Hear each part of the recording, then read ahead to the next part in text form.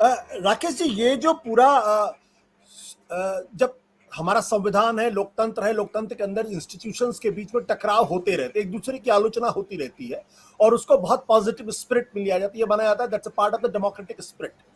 Constitutionalism में ये acceptable है कि सुप्रीम कोर्ट एग्जीक्यूटिव के बारे की आलोचना करे, एग्जीक्यूटिव सुप्रीम कोर्ट की आलोचना करे, और दोनों जो है वो अगर मौका मिले तो लेजिस्लेचर की आलोचना करे।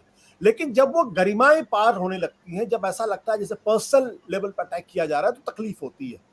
ये जो पूरा हमला था, क्या ये हमला, जैसा कि मैंने दिनेश जी से पूछा, कि इंटिमिडेट करने के लिए था, सिर्फ इतना ही था, या पूरी की पूरी जुडिशरी को एक तरीके से कमिटेड जुडिशरी में कन्वर्ट करने की कोशिश थी, जिस तरीके से मिसेस गांधी ने 70s में करने की कोशिश की थी और 3 सीनियर मोस्ट जजेस को सुपरसीड करके चौथे नंबर के एएन रे को चीफ जस्टिस ऑफ इंडिया बना दिया था, और उसके बाद जिस तरीके के फैसले हो रहे थे वो दुनिया को मालूम था। तो क्या ये कमिटेड जुडिशरी बनाने की कोशिश थी जो असफल हो गई? आशुतोष जी, मैं वही शुरू करूंगा जहां से दिनेश जी ने खत्म किया है। अभी बहुत सारे महत्वपूर्ण मसले सुप्रीम कोर्ट में आने हैं और सरकार ये नहीं चाहती है कि सुप्रीम कोर्ट में कोई गलत संदेश जाए, और ये गलत संदेश हमारे पूर्व कानून मंत्री किरण रिजिजू के कारण जा रहे थे। हमें एक चीज समझना होगा कि मोदी जी का माइंड सेट क्या है अपने मंत्रियों के बारे में। मोदी जी चाहते हैं कि उनके मंत्री काम करें, उनका काम दिखे, काम बोले।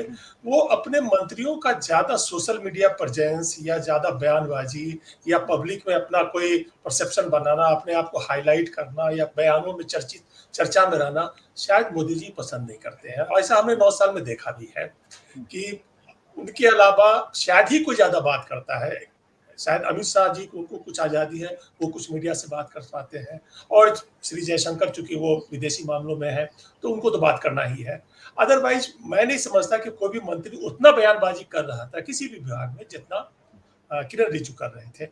अब ये समझिए कि हमारे संविधान में एक कलेक्टिव रिस्पॉन्सिबिलिटी है। अब चाहे बयानबाजी रिज्यूम कर रहे होंगे, वो कितना वो दूसरे का मैसेज कन्वे कर रहे थे या खुद अपनी ही भावना व्यक्त कर रहे थे, लेकिन कलेक्टिव रिस्पॉन्सिबिलिटी तो बनती है। तो मतलब यह है कि जो कुछ भी किरण रिजिजू कह रहे थे, जो आपने अपने स्लाइड्स में दिखाया भी है, उसकी कलेक्टिव रिस्पॉन्सिबिलिटी तो बनती है। प्रधानमंत्री उसके जिम्मेवार है। अब जुडिशरी के बारे में लोगों की, राजनेताओं की अलग अलग राय नहीं है, लेकिन वो राय इतनी प्रखर होकर नहीं आती है, इतनी डायरेक्ट नहीं है, इतना अपफ्रंट नहीं है। नेताओं को जजों से डेफिनेटली थोड़ी सी नाराजगी रहती है, या जैसे आपने कहा वो कमिटेड जुडिशरी चाहते हैं, ये सारी चीजें होती हैं, लेकिन वो अंडर करंट है, इतना ज्यादा प्रखर होकर नहीं आती है। भारत के संविधान में आशुतोष जी, ये जो व्यवस्था है हमारे, जो सेपरेशन ऑफ पावर में, ये जो जुडिशरी और लेजिस्लेचर के बीच में बड़ा डेलिकेट है। हमें ये समझना पड़ेगा कि भारत जो है एकदम बहुत क्लियर उस तरह से नहीं था जो अमेरिकन कॉन्स्टिट्यूशन के लिए के तरह, जहां पर सुपरमेसी ऑफ जुडिशरी शुरू से स्टार्ट हुआ था। भारत में पार्लियामेंट सॉवरेनिटी पहले था, और धीरे धीरे जुडिशरी ने अपनी ताकत, अपनी जगह बनाई। वो जुडिशरी जो है अपनी शक्ति को धीरे धीरे इवॉल्व किया है। ये बेसिक स्ट्रक्चर का डॉक्ट्रिन लाके और बाकी चीजें लाके, जुडिशियल रिव्यू लाके, कुछ अपनी शक्तियों का इस्तेमाल करके उसने अपने आप को प्रासंगिक बनाया है। संविधान में ओरिजिनली इतनी शक्तियां नहीं थी। संविधान जो था वो सीधे ब्रिटिश संविधान का कॉपी था, जो कि पार्लियामेंट्री सॉवरेनिटी की बात करता है। पार्लियामेंट कुछ भी कर सकता है। जो पार्लियामेंट संविधान को बदल सकता है तो उसके सामने जुडिशरी क्या चीज है। लेकिन जुडिशरी ने, भारत की जुडिशरी ने अपने आप को संभाला और अपने आप को इवॉल्व किया। अब वो इस स्थिति में है कि वो बेसिक स्ट्रक्चर का डॉक्ट्रिन इवॉल्व हो चुका है। अब वो इस स्थिति में है कि वो लेजिस्लेचर के किसी भी काम को, किसी भी चीज को वो चुनौती दे सकता है, उसका रिव्यू कर सकता है, उसको देख सकता है, उसका खंडन कर सकता है, उसको अवैध घोषित कर सकता है। बहुत ऐसे, जैसे जुडिशरी अपॉइंटमेंट में ही जो कमीशन बना था, नेशनल जुडिशियल कमीशन था, उसको अवैध घोषित कर दिया था। यानी कि हमारे यहाँ सुप्रीम कोर्ट ओरिजिनली भले पावरफुल ना हो 1952 में, लेकिन 2023 में जरूर पावरफुल है, और उसका कुछ असर अभी हमने हाल के फैसलों में देखा है।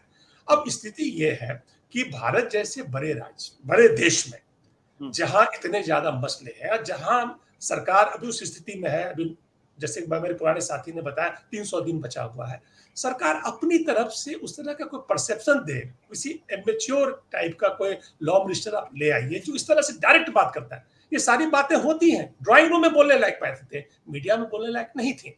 एक तो ये बात है।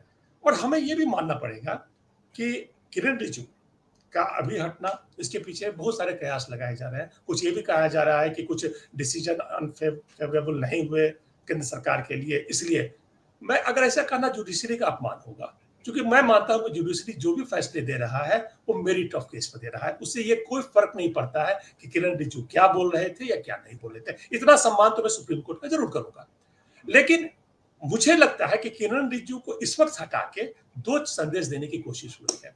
एक तो ये है कि किरण रिजिजू जो भी बोल रहे थे वो अपनी तरफ से बोल रहे थे, उसमें हमारा कोई मतलब हमारी कोई भूमिका नहीं है। अपने आप को मोदी जी या जो उनका हायर लीडरशिप है किरण रिजिजू से इंसुलेट कर रहा है कि जो भी बकवास हुआ है उसके लिए हम जिम्मेवार नहीं। उन्होंने क्या देखिए, हमने उनको हटा दिया, ये मामला। एक ही मैसेज वो देना चाहिए। दूसरा उसका एक राजनीतिक कारण हो सकता है। राजस्थान के इलेक्शन आने वाले हैं। अर्जुन मेघवाल जी, हालांकि वो भी कोई बहुत सीजन कोई लॉयर नहीं है, उन्होंने लॉ की पढ़ाई की है, 1982 में राजस्थान एडमिनिस्ट्रेटिव सर्विस में थे और एक बहुत सक्सेसफुल माने जाएंगे, क्योंकि सर्विस से वॉलंटरी रिटायरमेंट लेके सीधे वो 3 बैक टू बैक लोकसभा चुनाव जीत के वो आ गए हैं। मेघवाल जाति से आते हैं, जो वहाँ दलित समुदाय है, उसका भी दलित समुदाय का वहां पर एससी का अपना एक 19% वोट है। ये सारी चीजें हैं। तो मेघवाल जी को लाने के पीछे जो राजनीतिक कारण है बिल्कुल दिख रहा है। किरण रिजिजू के पीछे हटाने के पीछे कारण सिर्फ यही है कि केंद्र की सरकार अपने आप को किरण रिजिजू के उन बयानों से इंसुलेट करना चाहती है। लेकिन जो बात किरण रिजिजू बोल गए हैं, मैं ये नहीं समझता हूं कि ये बात जो सीनियर लीडरशिप के मन में नहीं है, वो होगी, लेकिन वो इस तरह से बोलना नहीं चाहते थे। ये थोड़ा ज्यादा पब्लिक में आ गया। एक बार और आशुतोष जी मैं कहना चाहूंगा कि ये जो लड़ाई है पार्लियामेंट और जुडिशरी के बीच में, पब्लिक परसेप्शन जो है भारत में जुडिशरी के फेवर में है। जुडिशरी की इज्जत आज भी पार्लियामेंटेरियन से ज्यादा है। एक जज की इज्जत एक नेता से ज्यादा है। कुछ ही चंद इंस्टीट्यूशन है भारत में जो अपनी प्रतिष्ठा बचाए रख पाए हैं 2023 में, जुडिशरी उसमें से है। उसके 1000 कमियां हम निकाल सकते हैं, 1000 फैसले गलत पा सकते हैं, लेकिन ये पब्लिक परसेप्शन में अगर नेता जुडिशरी को कब्जा करने की कोशिश करते दिखे या जुडिशरी के खिलाफ बोलते दिखे, तो एक जनरल परसेप्शन ये है कि नेता गलत है, जज ठीक है। तो इस चीज से मोदी जी शायद बचना चाहते हैं। किरण रिजिजू को हटाना स्वाभाविक था, हटा दिया। सत्य हिंदी का ऐप डाउनलोड करें गूगल प्ले स्टोर पर।